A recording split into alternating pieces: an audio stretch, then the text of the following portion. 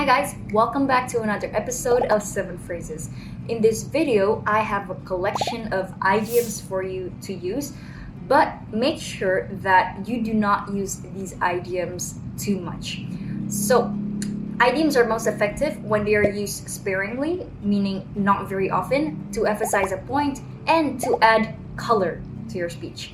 So, if you start using them in your daily conversations in moderation, you will add a touch of sophistication to your language skills, and who knows, maybe you might be able to impress some people. So let's get started. Number one is to break the ice. Breaking the ice means, initiating a conversation in, let's say, a public setting to relieve tension or to encourage people to feel more relaxed. So probably you have heard the term icebreaker. So you can actually separate the word and turn it into to break the ice. For example, so he told a really funny joke at the party and it completely broke the ice. And soon everybody started chatting and started laughing and everyone was having a good time. So people use profanity to cement social relations, to demonstrate that this is an informal situation. They use it to be funny, to break the ice. They use it to display power. So let's get those out of the way. Let's put them on the board, and then I have a really good base to talk to you about. So someone has to be really not awkward and break the ice. We have a microphone right over there. Number two is to jump on the bandwagon. So jumping on the bandwagon means that you are joining the crowd in doing something that has become popular or fashionable. So, let's say that there is something that has become trendy and you do not want to miss the hype. So you jump on the bandwagon to follow the crowd. For example, after the movie became a huge hit, everybody started jumping on the bandwagon and started watching it.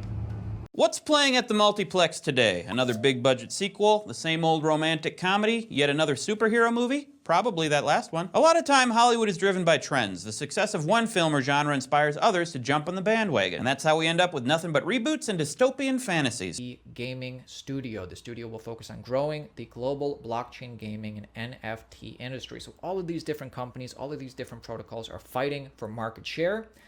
Great time to be involved in cryptocurrency, my friends. Everybody wants to jump on the bandwagon. Hey guys, before we return to the video, I just want to tell you that ESA is now open for application. So if you are a professional or an expat who need to urgently speak English in your life, make sure that you check this out because it's going to be super interesting. So go on the website, click apply now, and we will get in touch with you if you guys are a fit into this program. So back to the video and enjoy. Number three is to cut the chase. Cutting to the chase means to get to the main point without wasting time. So basically skip the unimportant details and just go straight to the point. So the opposite of this would be beating around the bush. Beating around the bush means going round and round and round before you get to the main point. So beating around the bush and cutting to the chase has the opposite meaning. For example, let's cut to the chase and discuss the most important aspects of the proposal. Or, okay, we don't really have much time right now, so let's just cut to the chase, okay? In my book, there's a big critique of what we call neoliberalism, free market economics, the current model of capitalism. And I'm going to cut to the chase and skip that over, because I think what I wanted to say to you...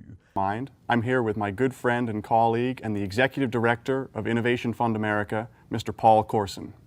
Thanks for being here, Paul. Thank you. So let me cut to the chase. What is Innovation Fund America? Number four is a breath of fresh air. So when you say that something is a breath of fresh air, you refer to something that is new and refreshing. And usually you say this in a positive, with a positive note. It's like you're talking about a change that is very much welcome. Kind of like her positive attitude was like a breath of fresh air in her office. Everyone felt motivated. Or, wow, everybody in this group is so supportive. It's such a breath of fresh air because I'm so used to people not supporting me in my last group. And of course, it's also very exciting because Van Dijk is, he's the artist who brought such a breath of fresh air to painting at the court in England, a certain, swagger. Hello, amazing Marie and team. I adore the show and how you make business fun. You're a breath of fresh air in a stuffy business world. Here's my cue. Number 5 is more often than not. This means most of the time or a majority of the time. So more often than not is a fancier way of saying often. So for instance, more often than not, I actually prefer to eat out rather than cook at home.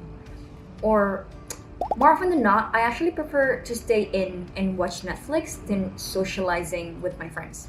More often than not, when we tell people that we make a living by producing videos and distributing them for free online, their first question is, so how do you get money? But which one am I going to learn more by doing? And I think if you always take the learning one, or you take the learning one more often than not, it's going to keep you humble. It's going to make you, by definition, better in some way. Number 6 is believe it or not. So this is a phrase that is actually quite common, which I'm pretty sure you have heard before. And it basically means whether you find it surprising or not, it's true. For instance, believe it or not, I used to be afraid of public speaking. Now I do it as a career. Or, believe it or not, she used to be overweight and now she's a model. So sadly, that's almost all the time that we have to spend with this wonderful helmet. Believe it or not, this is only the second time that I've ever seen the helmet outside of its display case in more than 10 years working at the British Museum. So I saw Onward last week at an advanced screening. It was about 2 weeks before the movie came out, and I wanted to get this video out because some people actually, believe it or not, like to watch movies knowing what happens.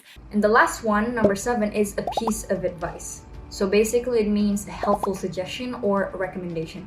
So the most common phrase that you hear would be, let me give you a piece of advice. Like, here's a piece of advice. Always double check your work before submitting it. Let me give you a piece of advice. Always check the restaurant reviews before you go. A piece of advice I would give to someone starting their career is don't let any obstacle or perceived failure stop you. When you're not doing as well as you think you should have, it's an opportunity to look back and reflect and see how you can do better in the future.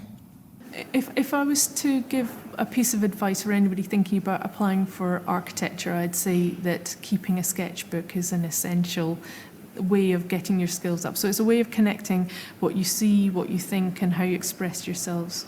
So there you go. Those are the 7 phrases that I wanted to give you today. I hope that you can start using one of these or multiple of these in your daily conversation and start adding color to your speech. So if you guys like the video and learned something new, make sure to click the subscribe button and like the video for the algorithm. Thank you so much for watching. I'll see you next time in another video. Until then, take care and bye-bye.